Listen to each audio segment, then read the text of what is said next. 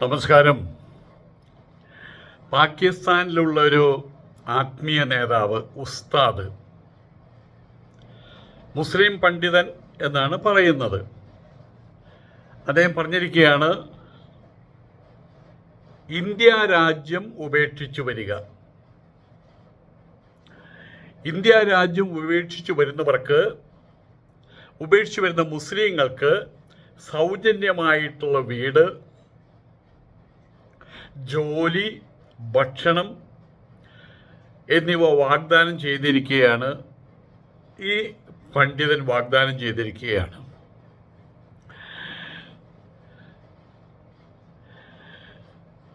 ആർക്കെങ്കിലും താല്പര്യമുണ്ടോ? എനിക്കറിയാം ആർക്കും താല്പര്യം ഉണ്ടാവില്ലെന്ന്. എങ്കിലും ചോദിക്കുകയാണ്, ആർക്കെങ്കിലും താല്പര്യമുണ്ടോ? ഉണ്ടെങ്കിൽ മുസ്ലിം തീവ്രവാദികളായിട്ടുള്ള ആളുകൾ, കാഫിറുകൾ എന്ന് പറയും, ജാഹിലിയ കാലഘട്ടം സ്വപ്നം കാണുന്ന ആളുകൾ, അത് നബി തിരുമേനിക്ക് ഇപ്പുറമുള്ള ആരും അങ്ങനെ സ്വപ്നം കാണുന്നില്ല. അങ്ങനെയുള്ള ആളുകൾ ഇവിടുന്ന് പോയാൽ, ഇവിടെ വർഗീയവാദികളാണ് ഭരിക്കുന്നത്, RSSകാരാണ് ഭരിക്കുന്നത്. ആയതുകൊണ്ട് തന്നെ ആ ഭരണത്തിന് കീഴിൽ നിൽക്കാൻ ഞങ്ങൾക്ക് താല്പര്യമില്ല. ഞങ്ങൾക്ക് ജാഹിലിയ കാലഘട്ടം മതി എന്നും പറഞ്ഞ് ഇവിടെ നിന്ന് ആരെങ്കിലും പോവുകയാണെങ്കിൽ സന്തോഷം. ബാക്കിയുള്ള മുസ്ലിങ്ങൾക്കും ഹിന്ദുക്കൾക്കും പാർസികൾക്കും സിഖുകാർക്കും ജൈനന്മാർക്കും ബുദ്ധന്മാർക്കും ക്രിസ്ത്യാനികൾക്കൊക്കെ ഇവിടെ സുഖമായിട്ട് ജീവിക്കാൻ കഴിയുമല്ലോ. കുറച്ച് കാര്യങ്ങൾ പറയാനുണ്ട്. അതിനു മുമ്പ്, ഉത്തരാഖണ്ഡിലിപ്പോൾ നമസ്കാരം പൂർണ്ണമായും നിരോധിച്ചിരിക്കുകയാണ്. അവിടെ ഹിന്ദു രക്ഷാദള്, ഞാൻ ഉത്തരാഖണ്ഡിലുണ്ടായിരുന്ന ആളാണ്. ഇപ്പം ഞാൻ ഹിമാചൽ പ്രദേശിലേക്ക് പോകുന്നുണ്ട്. അന്ന് ഉത്തരാഖണ്ഡിലുള്ള സമയത്ത് അവിടെ ഒരു പള്ളിയുടെ മുമ്പിൽ ആളുകൾ തിങ്ങി നിറഞ്ഞതിന് ശേഷം റോഡിനകത്ത് വന്നിട്ടാണ് നിസ്കാരം. ആ സമയത്ത് അവിടെ രണ്ട് സൈഡിലും ആളുകൾ വാഹനവുമായിട്ട് നിൽക്കുകയാണ്. കടന്നു പോകാൻ പറ്റുന്നില്ല. ഇത് ഞാൻ എൻ്റെ കണ്ണുകൊണ്ട് കണ്ട കാര്യമാണ്. ഇതിന് തോന്നിവാസം എന്നല്ലാതെ വല്ലതും പറയാൻ പറ്റുമോ? റോഡ് സൈഡിൽ പള്ളിക്കകത്തും ആൾക്കാർ തിങ്ങി നിറഞ്ഞപ്പോൾ റോഡ് സൈഡിൽ വരിക സ്വാഭാവികമാണ്, സംഭവിക്കും. പക്ഷെ റോഡുകളിൽ പോകുന്ന ആളുകൾക്ക് അങ്ങോട്ടും ഇങ്ങോട്ടും ഗതാഗതം കഴിയാത്ത രീതിയിലാണ് അവരുടെ ഇരിപ്പെങ്കിലോ അതിന് തോന്നിവാസം തന്നെയാണ് പറയുക, തെമ്മാടിത്തരം എന്നും പറയാം. അതിപ്പോൾ നിരോധിച്ചിരിക്കുകയാണ്. ഹിന്ദു രക്ഷാദള് അത് നിരോധിച്ചിരിക്കുകയാണ്. അവിടെ നിങ്ങൾക്ക് പറയാൻ കഴിയുമോ, മുസ്ലിങ്ങൾക്ക് ഇവിടെ ജീവിക്കാൻ കഴിയുന്നില്ല, അവരുടെ നമസ്കാരങ്ങൾ ഇവിടെ മുടക്കുന്നു, അവരുടെ നമസ്കാരങ്ങൾ ഇവിടെ അനുവദിക്കില്ല എന്ന് പറഞ്ഞുകൊണ്ട് നിയമങ്ങൾ ഇറക്കുന്നു. ഉത്തരാഖണ്ഡ് സംസ്ഥാനത്തിൽ ആയതുകൊണ്ട് തന്നെ ഞങ്ങൾക്കിവിടെ സന്തോഷമില്ല, ഞങ്ങൾ പാകിസ്ഥാനിലേക്ക് വരികയാണ് എന്ന് പറയാൻ ആർക്കെങ്കിലും കഴിയുമോ?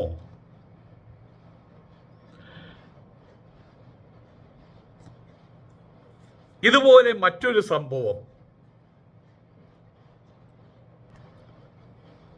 മദ്രസകളിൽ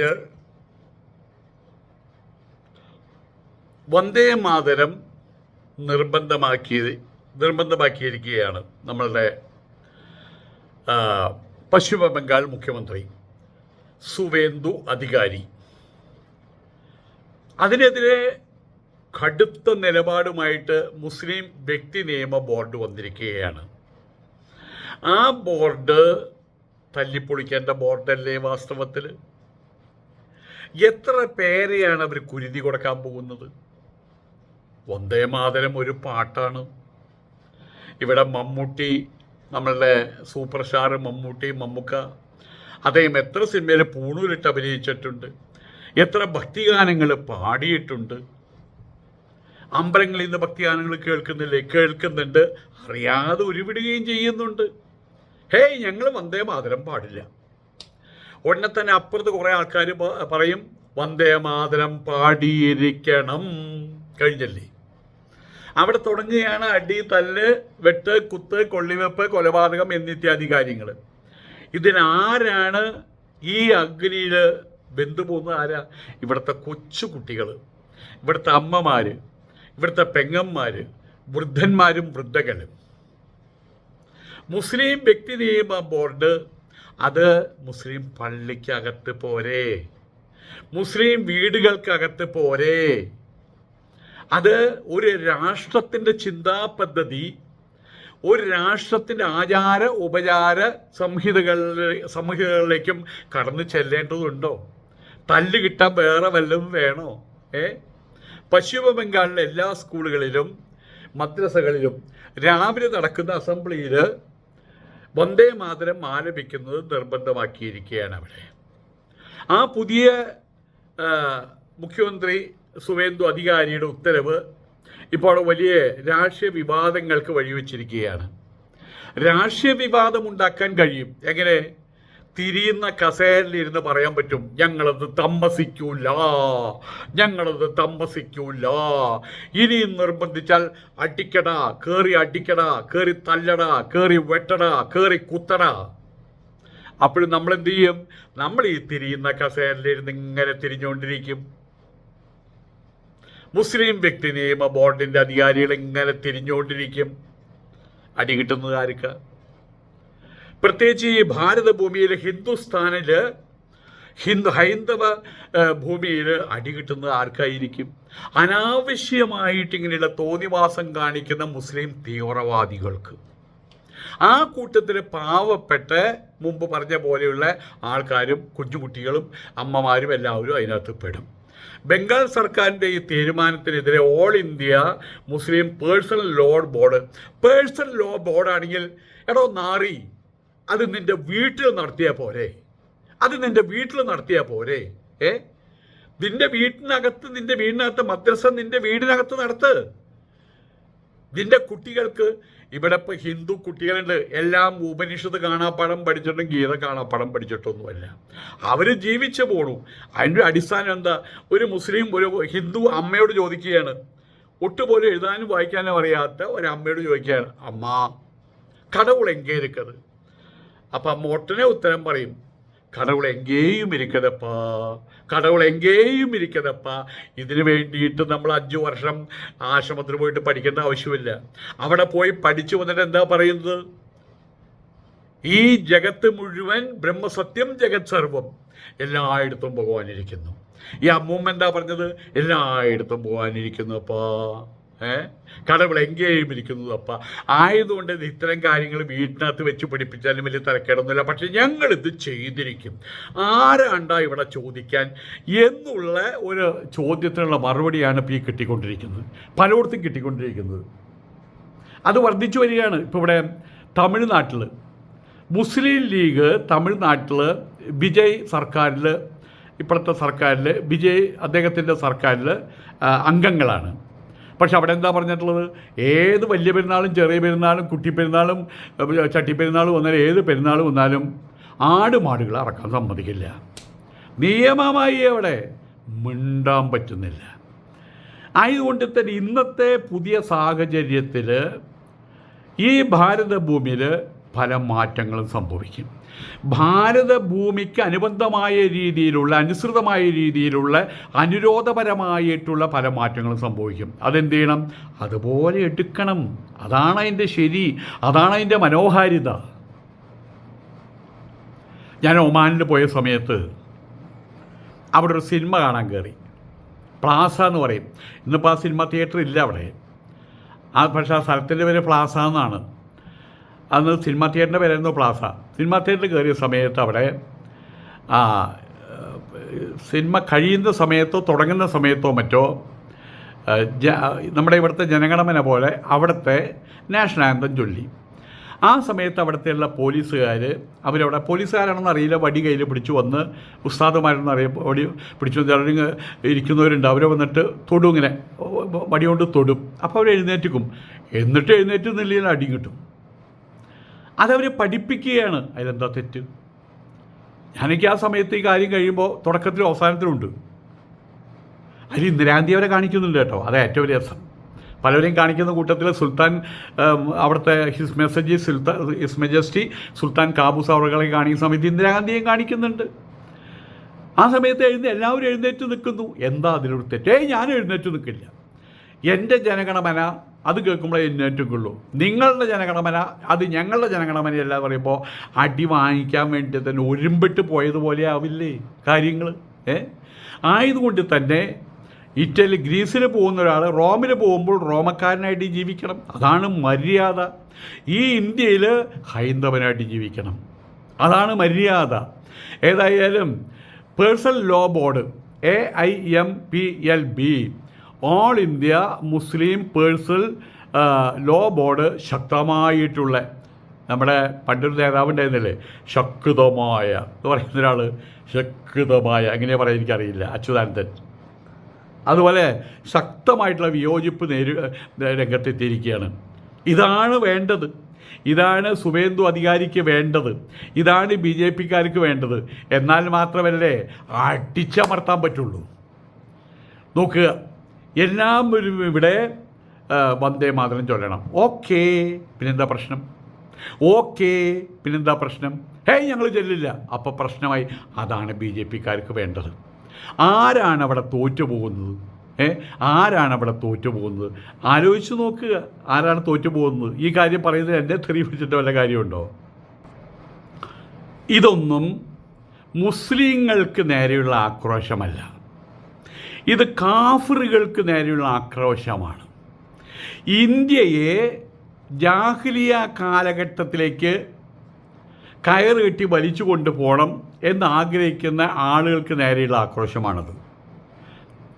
തീവ്രവാദം പടർത്തുന്നവർക്ക് നേരെയുള്ള ആക്രോശമാണിത്. ഇസ്ലാമിൻ്റെ പേരിൽ തോന്നിവാസം കാണിക്കുന്ന മുസ്ലിങ്ങൾക്ക് നേരെയുള്ള ആക്രോശമാണിത്. ഇത് കേട്ടിട്ട് ഭാരതത്തെ അവഹേളിക്കുന്നവർ എത്രമാത്രം അവിവേകികളാണെന്ന് നോക്കൂ. ഒരു കാലഘട്ടത്തിൽ എൻ്റെ സ്ഥിരവാസം ദുബായിലേക്ക് മാറ്റിയാലോ എന്ന് ഞാൻ വിചാരിച്ചതാണ്. അവിടെ ഇൻ്റർനെറ്റൊക്കെ ഭയങ്കര സ്പീഡല്ലേ. ഏതായാലും ഒരു സ്ഥിരം വിസ എൻ്റെ കയ്യിലുണ്ടല്ലോ. ഇപ്പോൾ ആലോചിക്കുമ്പോഴേ ഭയം തോന്നുന്നു. ശത്രുക്കൾക്ക് ആവാസസ്ഥാനം കൊടുത്ത്, അമേരിക്കയ്ക്കും ഇസ്രായേലിനും താവളങ്ങൾ കൊടുത്ത് അറേബ്യൻ മണ്ണിപ്പോൾ ഇപ്പോഴത്തെ അവസ്ഥ എന്താ? ചെറിയൊരു പടകം ആരെങ്കിലും ഒരാൾ പുറകിൽ നിന്നിട്ടേ എന്ന് പറഞ്ഞാൽ മതി, ഉടനെ തന്നെ അവിടെ പോലീസുകാർ വരും. തീച്ചൂളയായിട്ട് മാറിയിരിക്കുകയാണ് അറേബ്യൻ മണ്ണ്. നമുക്കെല്ലാവർക്കും സങ്കടമുണ്ട്. ജനനീ ജന്മഭൂമിശ്ച സ്വർഗാദഭിഗരീയസി. ജനനിയും ജന്മഭൂമിയും, ജനനി ആൻഡ് ജന്മഭൂമി, സ്വർഗാത്, സ്വർഗത്തേക്കാൾ വലുതാണ്, സ്വർഗീയമാണ്. ഭാരതഭൂമിയിൽ മുസ്ലിങ്ങളുണ്ട്, ക്രിസ്ത്യാനികളുണ്ട്, പാർസികളുണ്ട്, സിന്ധികളുണ്ട്, ജൈനന്മാരും ബുദ്ധന്മാരുമുണ്ട്, സിഖുകാരുമുണ്ട്, മതമില്ലാത്തവരുണ്ട്, ദ്രവീഡിയൻ കൾച്ചർ പേരുന്നവരുണ്ട്. ഇവരെല്ലാവരും തന്നെ ഭാരതഭൂമിയിലായതുകൊണ്ട് ഹൈന്ദവരാണ്. ഹൈന്ദവ സംസ്കാരം പേറുന്നവരാണ്, പേറേണ്ടുന്നവരാണ്. ഇനി ഏറ്റവും വലിയ രസം, ഈ ഉസ്താദ്, ഈ പാകിസ്ഥാൻ പണ്ഡിതൻ അല്ല, ഈ പാകിസ്ഥാൻ പണ്ഡിതനല്ല, ഇനി പാകിസ്ഥാൻ സർക്കാർ തന്നെ നേരിട്ട് വിളിച്ചാലും ഒരു മുസ്ലിമും, മുസ്ലിമായിട്ട് പിറന്നവൻ, മുസ്ലിമായിട്ട് ജീവിക്കുന്നവൻ കാഫിറായിട്ടല്ല കേട്ടോ, ഇവിടുന്ന് പോവില്ല.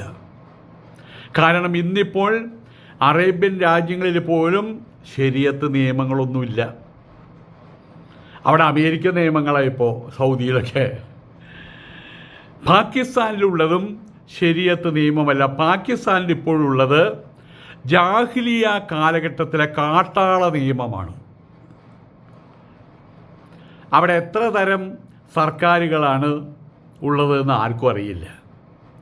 കുറേ കാട്ടാളന്മാരും അതുപോലെ കുറേ കാട്ടാളന്മാരുടെ കുറേയധികം സർക്കാരുകളും, ഓരോ വിഭാഗത്തിന് പത്താൻസിന് വേറെ, താഴോട്ട് വന്നാൽ വേറെ, ഈ രീതിയിൽ മാത്രം ഇതിനെല്ലാത്തിനും മേലെ മിലിറ്ററിക്കാർ, അതിന് വിട്ടുപോകാൻ ഇഷ്ടപ്പെടുന്ന വേറെ കുറേ ആൾക്കാർ, ഇങ്ങനെ പട്ടിണിയും പരിവട്ടമൊക്കെയാണ് അവിടെ. ഉടുതുണിക്ക് മറുതുണിയില്ല. വിദേശ രാജ്യങ്ങളിൽ പോയിട്ട് അവർ ചെയ്യുന്ന പണി വേശ്യാവൃത്തിയാണ് അവിടുത്തെ സ്ത്രീകൾ. ആ ഒരു ഗതികേടിലിരിക്കുന്ന സ്ഥലത്തേക്കാണ് വിളിക്കുന്നത്, വരുവിൻ മക്കളെ, വരുവിൻ വരുവിൻ, വാ മക്കളെ, ഇവിടെ വീട് തരാം, ലാൻഡ് തരാം. അവിടെയുള്ള ആളുകൾക്കൊക്കെ അത് കൊടുക്കും ഉസ്താദെ. ആദ്യം അവിടെയുള്ള ആളുകളുടെ പട്ടിണി മാറ്റ്. പുറത്തു പോയിട്ട് വേശ്യാവൃത്തി ചെയ്യുന്ന അവസ്ഥ മാറ്റിയെടുക്കുക ആദ്യം തന്നെ. എന്നിട്ട് ഇന്ത്യയിൽ നിന്ന് ആൾക്കാരെ വിളിക്കുക. ഇന്ത്യ മുസ്ലിങ്ങളുടേതാണ്, ഇന്ത്യ ക്രിസ്ത്യാനികളുടേതാണ്, ഇവിടെ ജീവിക്കുന്ന സർവരുടെയുമാണ്. ഇന്ത്യ ഹിന്ദുസ്ഥാൻ തന്നെയാണ്, ഭാരതഭൂമിയാണ്, ഹൈന്ദവ ഭൂമിയാണ്, ആർഷഭാരതമാണ്. മാർ പൗലോസ് ഒരിക്കൽ ജർമ്മനിയിൽ പോയി. അദ്ദേഹം അവിടെ പോയിട്ട് അദ്ദേഹത്തിൻ്റെ പ്രസംഗത്തിൻ്റെ തുടക്കം എന്താണെന്ന് അറിയാമോ? My name is Paulose, Mar Paulose, ബിഷപ്പാണ്. I am a Hindu Christian. അങ്ങനെ അതാ പറഞ്ഞത്. ആ വീഡിയോ ഞാൻ കണ്ടിട്ടുണ്ട്. ഞാൻ അദ്ദേഹത്തോട് നേരിട്ട് സംസാരിച്ചിട്ടുള്ളതാണ്. ഞങ്ങളുടെ വീടിൻ്റെ അടുത്താണ് അദ്ദേഹം ഉള്ളത്. മരിച്ചുപോയി അദ്ദേഹം. അപ്പോൾ അദ്ദേഹം പറഞ്ഞതാണ്, ഞാനൊരു ഹിന്ദു ക്രിസ്ത്യാനിയാണെന്ന്. എത്ര മനോഹരമായിട്ടുള്ള, എത്ര അഭിമാനപൂർവകമായിട്ടുള്ള, ഒരർത്ഥത്തിൽ അഹങ്കാരപൂർവകമായിട്ടുള്ള പ്രസ്താവനയാണിത്.